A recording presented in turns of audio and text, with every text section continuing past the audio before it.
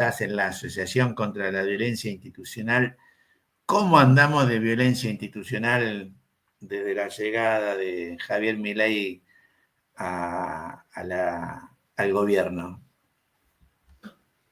Yo creo que la situación está bastante compleja en cuanto a, si bien está compleja en todo sentido para nuestra patria, para nuestro pueblo, creo que en lo que tiene que ver con violencia institucional es una pata donde se fue viendo en este último año y medio de la llegada de Milei, cuando él ya había dicho, ¿no? Y él había aclarado antes de las elecciones que, bueno, él venía a hacer o a destruir lo que para nosotros era un estado de bienestar con deficiencias o limitaciones, pero un estado de bienestar en sí, que venía a destruir a los movimientos, que venía a destruir esa casta, que en general esa casta éramos todos y todas nosotros. Y para destruir eso que recién hablaba, bueno, tiene que ver con las conquistas que había tenido nuestro pueblo, ya sea los movimientos populares, ya sea los trabajadores estatales, ya sea, bueno, cuando digo los trabajadores estatales, puedo plantear algunas paritarias, por ejemplo. Todo digo con limitaciones, pero que un Estado funcionaba. Lo de los jubilados, ¿no? Por algunas cuestiones, algunas conquistas que habíamos tenido, y que esta gente viene a hacer todo lo contrario. Y para eso, ahí aparece lo que tiene que ver con la violencia institucional, donde ellos hablan de que nuestro pueblo tiene una libertad, ¿no? Ellos hablan como una de las consignas la libertad, pero la libertad de quiénes, entonces nos ponemos a pensar en cuando hay compañeras y compañeras estamos en situación de calle, viendo el accionar de las fuerzas represivas, en este caso tanto las fuerzas federales, en todo su conjunto, Gendarmería, Prefectura, PCA, los federales, donde tienen una acción, ¿no? Algunos tienen que defender la frontera, sin embargo, están con todo el aparato y con toda la estructura en Congreso, o las prefecturas que tendrían que cuidar nuestros mares, nuestros ríos, se encuentran también en el Congreso de la Nación o en el centro de la ciudad de Buenos Aires como modo de represivo. Yo creo que tendríamos que discutir entonces ahí si hay realmente un Estado de Derecho, ¿no? Si hay un Estado de Derecho donde, por ejemplo, nuestra Constitución garantiza que el derecho a la manifestación, el derecho a reclamar o el derecho a protestar ante situaciones complejas de cada uno de los sectores que está viviendo nuestro pueblo, y que este personaje no lo permite, ¿no? ¿Y por qué no lo permite? Porque creo que ellos ejemplifican a través de las fuerzas federales que no te dejan, por ejemplo, a través de este protocolo que lo terminan sacando, manifestarte, cruzar la calle. Se les complica un poco más cuando son miles y miles de personas, pero cuando sos un grupo reducido, ahí aparece la represión, ahí aparecen los gases, aparecen compañeros y compañeras que se encuentran detenidos, aparecen fuerzas federales sin identificación como personal policial de la ciudad de Buenos Aires, sin identificación, los motoqueros, digamos, la policía motorizada sin patente. Empieza a aparecer distintas acciones donde eso demuestra que primero ellos vienen a hacer, insisto, lo que dijeron. Segundo, que le dan un poder a las fuerzas federales que antes no tenían, la posibilidad de sirve patrullar, digamos, nuestras redes, por ejemplo, el destinar si hay un delito o no, antes de consultar a un juez, sin decir un juez, por ejemplo, bueno, mirá, acá tenés que investigar que posiblemente hay un delito. Ellos deciden cuando hay un delito. Los miércoles es una los miércoles tiene que ver con eso, digamos, ¿no? Los jubilados y las jubiladas yendo a manifestarse, digamos, ¿no? Por un 82%, por la jubilación, que 250.000 pesos no es nada, 300.000 pesos no es nada, una votación que se da, que se vota y que no se logra, que obviamente había salido el aumento, digamos, para que los jubilados puedan tener un poquitito más de plata, que tampoco iba a ser digno, porque en general están todos abajo de los sueldos de los jubilados, como los sueldos de la mayoría de nuestra población está abajo de la línea de la pobreza y un sector abajo de la línea de la indigencia. Y sin embargo terminan votando, gana Milei esa pulseada, no así con el tema de discapacidad, y después represión a periodistas, bueno, ustedes, ¿no? A colegas de ustedes, que todos los miércoles sistemáticamente son heridos, son gaseados. La última semana hubieron 2 chicas que trabajaban como periodistas y que fueron detenidas. Sin ir más lejos, ayer en la marcha palestina se produce una represión nuevamente. Ustedes, si quieren, me van avisando, me van cortando, me preguntan como quieran. No hay problema. Bueno, ayer en la marcha de Palestina, lo mismo, una marcha que se viene haciendo una vez cada 15 días, una vez por mes, y que no había tenido ningún problema. Ayer aparecen las fuerzas de la ciudad, el grupo operativo, los motoqueros, los motorizados, y en eso una de las motos se cae, y claro, la primera reacción de las fuerzas es que, bueno, lo van a ir a linchar o a golpear a la fuerza, y empiezan a repartir palos por todos lados.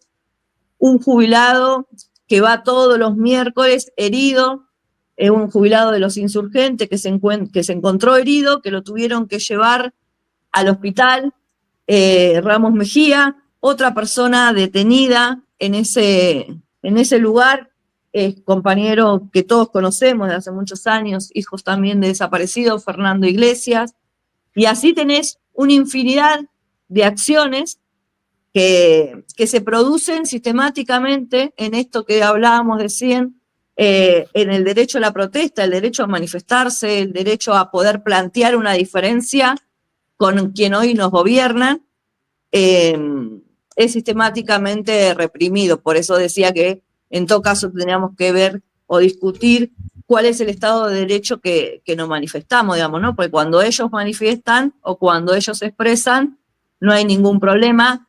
Esta gente nos puede decir que nos van a dar bala, que nos dan bala, o que nos cuelgan en la Plaza de Mayo, que tenemos que correr, que nos van a venir a buscar por abajo de las baldosas.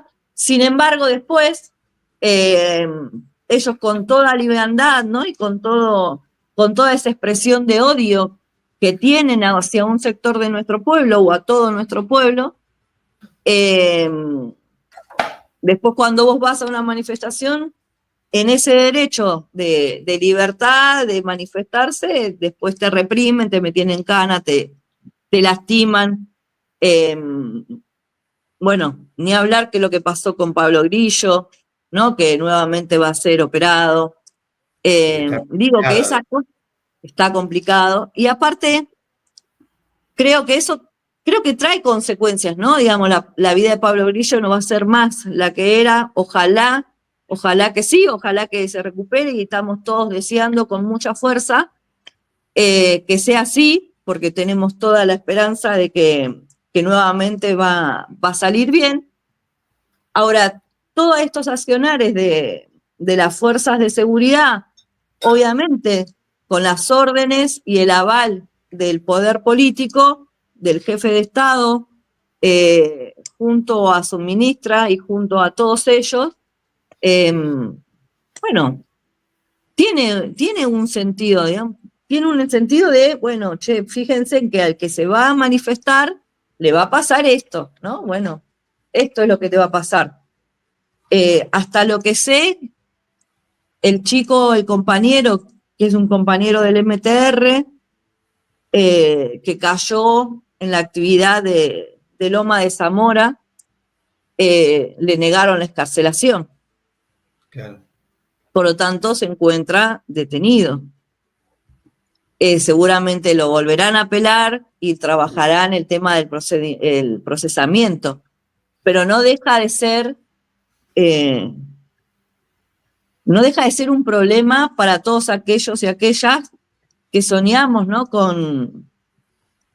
Que todas aquellas que soñamos esto, con cambiar la historia, y que para eso planteamos distintas maneras de pensar, y que no es que, en todo caso, por eso hay que destruirte, ¿no? Como plantea en el gobierno, en la Casa Rosada. Sí, tal cual. Justo hoy a la mañana estuvimos en la editorial planteando precisamente, ¿no?, cómo las estrategias comunicacionales o en el marco de esta batalla cultural, cómo van preparando el terreno para demonizar lo que ellos van a atacar, ¿no? Y para eso, por ejemplo, necesitan mostrar la democracia como un concepto abstracto, la política como también como algo abstracto.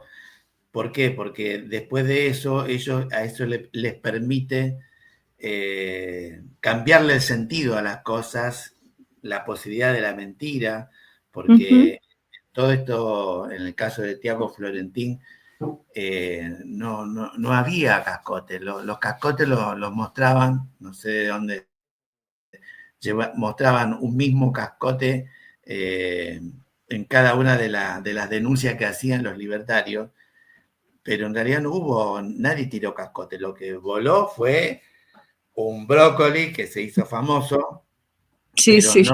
no había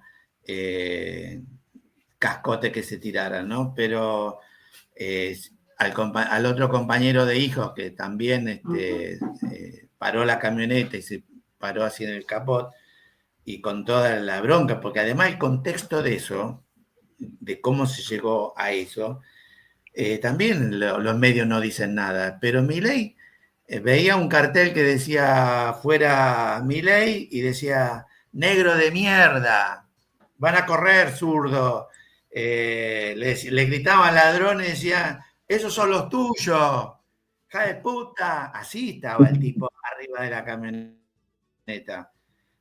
Claro, totalmente provocador venir a Lomas, un lugar donde paralizó muchas obras que tenían que ver con Nación, obras que tenían que ver con incluso con las plantas de bombeo para que ciertas zonas no se inunden, que están haciendo un esfuerzo enorme para que no se inunden, porque Nación paró, bueno, vació a Kumar, por supuesto, un montón de cosas, paralizó obviamente la construcción de escuelas que venían con fondos de Nación.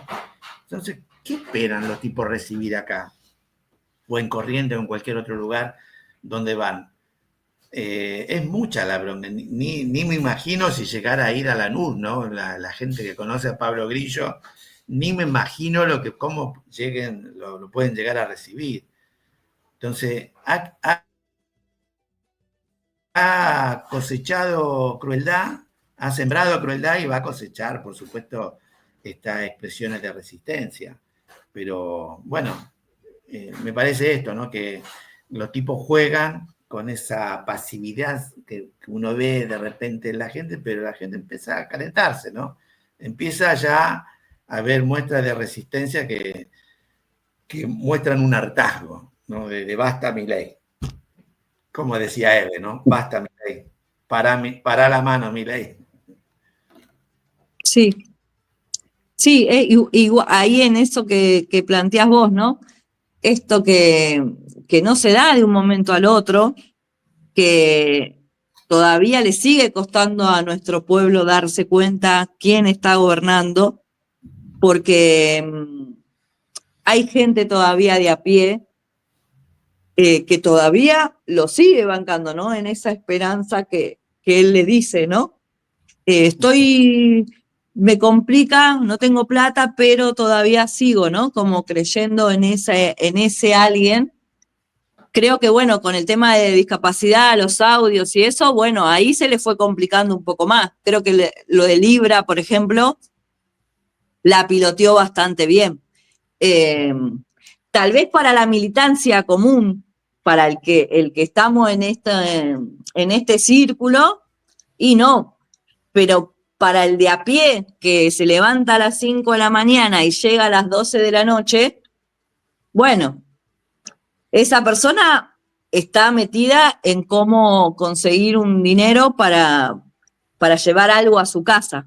Claro. Porque por supuesto que esa persona la plata no se la aumentan. Sigue laburando las mismas horas o más o teniendo otra changa para conseguir el mismo dinero para pagar cosas que cada vez aumentan más, porque los servicios aumentan, porque los alimentos aumentan, porque el colegio, si tenés que comprar útiles, eso aumenta, la ropa de los pibes. Entonces, vos decís, creo que ahí hay una batalla cultural, creo que hay una disputa todavía, creo que somos parte de un mundo que está también en disputa, hay una hegemonía mundial que está en disputa, hay un genocidio que está pasando en vivo y en directo, y que no es menor, y cómo repercute también acá en la Argentina, porque digo, nosotros somos argentinos y argentinas que amamos nuestros colores como bandera, pero un día como el día de la ceremonia, un día donde festejamos la creación de nuestra bandera, se flamea otra bandera. Por ejemplo, la de Israel. Y digamos, y es un conjunto de cuestiones que todo va sumando, ¿no? Como, che, pará, vos gobernás un país que es la República Argentina, ¿no? Sí, sí. ¿Y por qué digo esto? Porque hay una disputa todavía, una disputa cultural y una disputa de sentido y de identidad. Hoy él pone en juicio, por ejemplo, San Martín, ¿no? Que San Martín para muchos argentinos y Argentina es un patriota, y él dice que no son 30.000 compañeros detenidos desaparecidos. Digo que él pone en disputa, ¿no? Y en jaque todo lo que más o menos creíamos como sociedad que estaba saldado, ¿no? Bueno, San Martín era un patriota. Bueno, él dice que no. Y te lo discute. ¿Son 30.000 compañeros detenidos desaparecidos? Él dice, no.